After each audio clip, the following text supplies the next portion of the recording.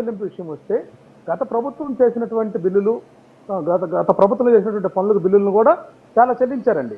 మరి ఈరోజు ఇప్పటికి కూడా అరుణ గారు చెప్పారు, ఏదో పులివెందుల్లో మాజీ ముఖ్యమంత్రి జగన్మోహన్ రెడ్డి గారి మీద బిల్లులు ఇవ్వలేని వాళ్ళు రాలేసారు. ఇదే అసంబద్ధమైనటువంటి అబద్ధపు ఆరోపణ అండి. ఏదో మనము స్టేజ్ ఆర్టిస్ట్ లాగా ఏదో ఒకటి మాట్లాడటం కాదు.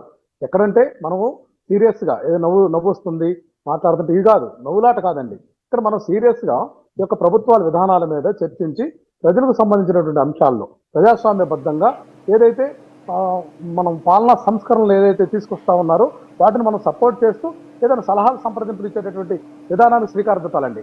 ఏదంటే 2.5 లక్షల కోట్ల రూపాయలు 5 సంవత్సరాలు జగన్మోహన్ రెడ్డి గారు డీబీటీ పద్ధతి ద్వారా నేరుగా ప్రజలకు అందించారండి. ఇది మస్తాన్ రావు గారు ఏమంటున్నారు, అది నేరుగా అట్లా ఇచ్చినందువల్ల సంక్రాంతి పండుగ జరుపుకోవడం కరెక్ట్ కాదన్నారు.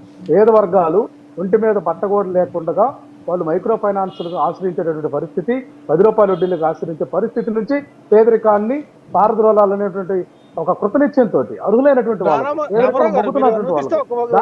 దిగున్నటువంటి వాళ్ళకు 2.5 లక్షల కోట్లు ఇచ్చారండి ఈ బడ్జెట్. కరోనా వచ్చినా కూడా మనువాదానికి ప్రభుత్వం ఈ ప్రపంచ తెలుగు మహాసభల పేరుతోటి ఇంగ్లీష్ విద్యని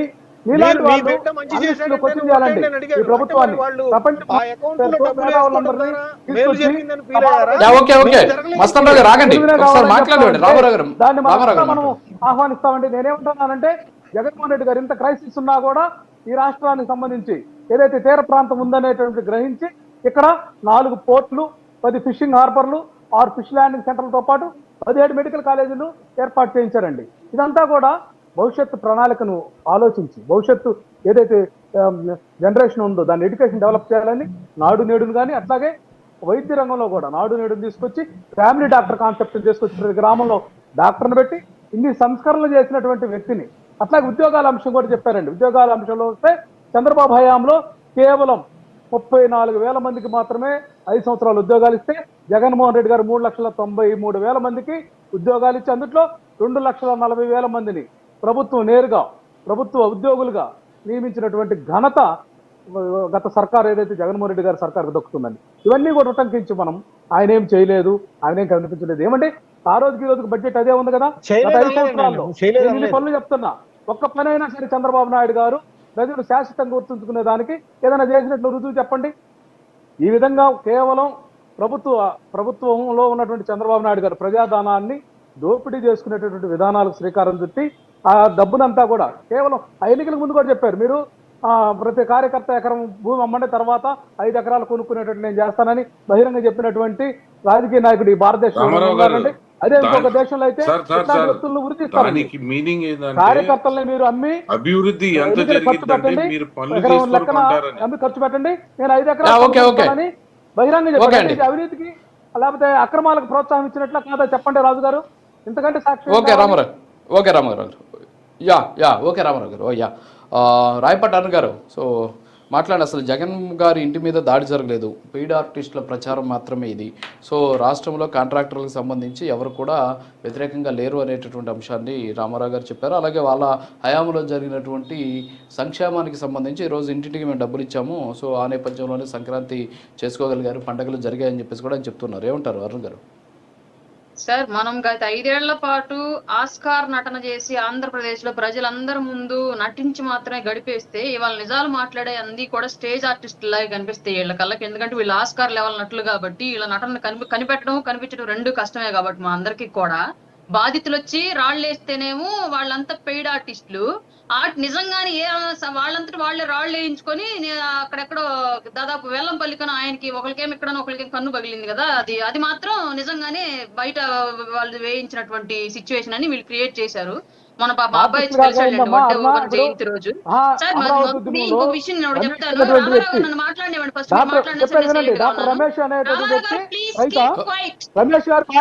రామారావు గారు ఉండండి, మనకు సబ్జెక్ట్ డిబేట్ అవ్వకూడదు కదా. రామారావు గారు ఉండండి ప్లీజ్. నటీనటులు తయారు చేసుకుని ఇళ్లలో నుంచి మీరు తీసుకొచ్చారు. డాక్టర్ రమేష్ గారి భార్య అమరావతి. ఓకే అవన్నీ వద్దు రామారావు గారు, అవన్నీ అవసరం లేదు. ఒకసారి అర్ర గారు మీరు మాట్లాడండి. అర్ర గారు మాట్లాడండి. సార్ కేంద్ర ప్రభుత్వం నుంచి కోవిడ్ టైంలో జగన్మోహన్ రెడ్డి గారికి దాదాపు 1000 కోట్ల రూపాయల కరోనా బడ్జెట్ వచ్చింది. ఆ డబ్బులు ఏం చేశారు? మొదటిది. రెండోది, కుటుంబానికి తల్లిదండ్రులను కోల్పోయినటువంటి పిల్లల్ని చదివించడానికి అని చెప్పేసి కేంద్రం కొంత బడ్జెట్ రిలీజ్ చేసింది. వాటిని ఏం చేశారు? అలాగే ఆడబిడ్డలు పొదుపు సంఘాల మీద దాచిపెట్టుకున్నటువంటి బీమా డబ్బులను కూడా ప్రభుత్వం కాజేసింది. అది ఎప్పుడు ఇస్తుంది? కార్పొరేషన్లు వివిధ కార్పొరేషన్ల కింద విభజించి మరి ఉప కార్పొరేషన్లు పెట్టి వాటన్నింటిలో ₹1 నిధులు లేకుండా గత ప్రభుత్వ టైంలో ఉన్నటువంటి నిధులను కూడా ఖాళీ చేసి గత 5 ఏళ్ల పాటు నిధులు రిలీజ్ చేయలేదు. ఒక్క ఫ్యామిలీ కూడా లబ్ధి పొందలేదు ఏ కార్పొరేషన్ ద్వారా కూడా. ఆ డబ్బులన్నీ ఏం చేసింది? వివిధ ఉద్యోగుల పిఎఫ్ ఫండ్లు, జిపిఎఫ్ ఫండ్లు మొత్తం అసలు స్టేట్ లో ఏ నిధులైతే ఉన్నాయో, స్థిర చరాస్తుల కింద ఉండేటువంటి నిధులు ఏవైతే ఉన్నాయో వాటన్నింటినీ క్లియర్ చేసి వాడేసింది గత 5 ఏళ్ల పాటు వైసీపీ ప్రభుత్వం. వీటన్నింటినీ ఏం చేసింది? ఇవన్నీ దాచిపెట్టేసి ఇవాళ ఇవ్వాల్సినటువంటి బకాయిలను కూడా దాచిపెట్టేసి కేవలం కేంద్రం మాకు అప్పులు 14 లక్షల కోట్లు ఉన్నాయన్నారు, కానీ మేము చేసింది 6 లక్షల కోట్లే, మీ అసెంబ్లీలను ఒప్పుకున్నారని చెప్పేసి మాట్లాడుతూ ఉన్నారు. వాస్తవానికి ఉన్నటువంటి అప్పులు అవి చెల్లించాల్సినటువంటి బకాయిలు కూడా అప్పులకు జమ అవుతాయి. కాబట్టి వీటన్నింటి గురించి ఇవాళ ఉన్నటువంటి ఎన్డీఏ కూటమి ఆ రోజు ప్రశ్నించింది. వాటికి సమాధానం ఏం చెప్తారు? కోవిడ్ టైంలో చేశారు, కోవిడ్ టైంలో చేశారు. సార్ దారుణమైన పరిస్థితి ఏంటంటే మీకు ఒక్క విషయం చెప్తాను, ఇది మీరు ఒప్పుకోకపోయినా వాస్తవం ఇది. భారతదేశం మొత్తం మీద అత్యధిక జనాభా అలాగే అత్యధిక మురికివాడలు ఉన్నటువంటి మహారాష్ట్ర తరువాత అంతే స్థాయిలో ఎక్కువ మరణాలు సంభవించినటువంటి రాష్ట్రం ఏదైనా ఉంటుంది ఆంధ్రప్రదేశ్. తర్వాతే మిగతా స్టేట్లన్నీ ఉన్నాయి. హాస్పిటల్లో బెడ్లు సిద్ధం చేయకుండా శ్మశానాలు చితులు పేర్చి సిద్ధం చేసినటువంటి ప్రభుత్వం ఏదైనా ఉందంటే వైసీపీ పార్టీ. అది క్లియర్ గా వైసీపీ ప్రభుత్వం. ఈ విషయం అందరికీ తెలుసు. ఆ రోజు పెద్ద ఎత్తున ప్రచారాలు కూడా జరిగాయి. ఎందుకంటే రోడ్ల పక్కన కూడా చితులు ఏర్పాటు చేసి పెట్టారు శవాల కోసం. అట్లాంటి సిచ్యువేషన్ ఉంది. కానీ హాస్పిటల్ ఎక్కడ బెడ్లు లేదంటే క్వారంటైన్ కోసం సెంటర్లు లేదంటే ఐసీయూలో బెడ్లు ఏమి ఏర్పాటు చేయలేదు. ఇది అందరికీ తెలిసే కదా వాళ్ళ ప్రజలు కూర్చోబెట్టారు మిమ్మల్ని పక్కన, ప్రతిపక్షం కూడా ఇవ్వకుండా. ఇంకా ఎవరిని మోసం చేస్తారు? మీరు నిజాలు మాట్లాడితే మీకు స్టేజ్ ఆర్టిస్ట్ లా, మీరు మాత్రం ఆస్కార్ లెవెల్ నటన చేయొచ్చా? నువ్వు స్టేజ్ ఆర్టిస్ట్ లాగా మాట్లాడటం కుదరదు, నువ్వు అబద్ధాలు మాట్లాడటం కుదరదు. రామారావు గారు నటీమణులు నటులు వద్దండి ఇక్కడ. ప్లీజ్ సబ్జెక్ట్ మాట్లాడదాం. మనం సబ్జెక్ట్ మాట్లాడదాం. ఆ రోజు కోవిడ్ టైంలో ఏం జరిగిందో చూసాం కదా మనము. ఓకే అరుణ గారు, ఓకే రామారావు గారు ఒక్క నిమిషం క్లోజ్ చేద్దాం. క్లోజ్ చేద్దాం అండి, ప్లీజ్. ఇక్కడ వ్యక్తిగత విమర్శలు వద్దండి, వాస్తవాలు మాట్లాడదాం. వ్యక్తిగత విమర్శలు వద్దు, వాస్తవాలు మాట్లాడదాం. ఆగండి ప్లీజ్. మోసిన్ గారు ఒకసారి రియాక్ట్ అవ్వండి. కన్క్లూడ్ చేద్దాం ప్లీజ్. టైం అవుతుంది, కన్క్లూడ్ అవుతుంది. ఓకే కన్క్లూడ్ చేయండి. కన్క్లూడ్ చేయండి ప్లీజ్. ఒక్క నిమిషం. ఓకే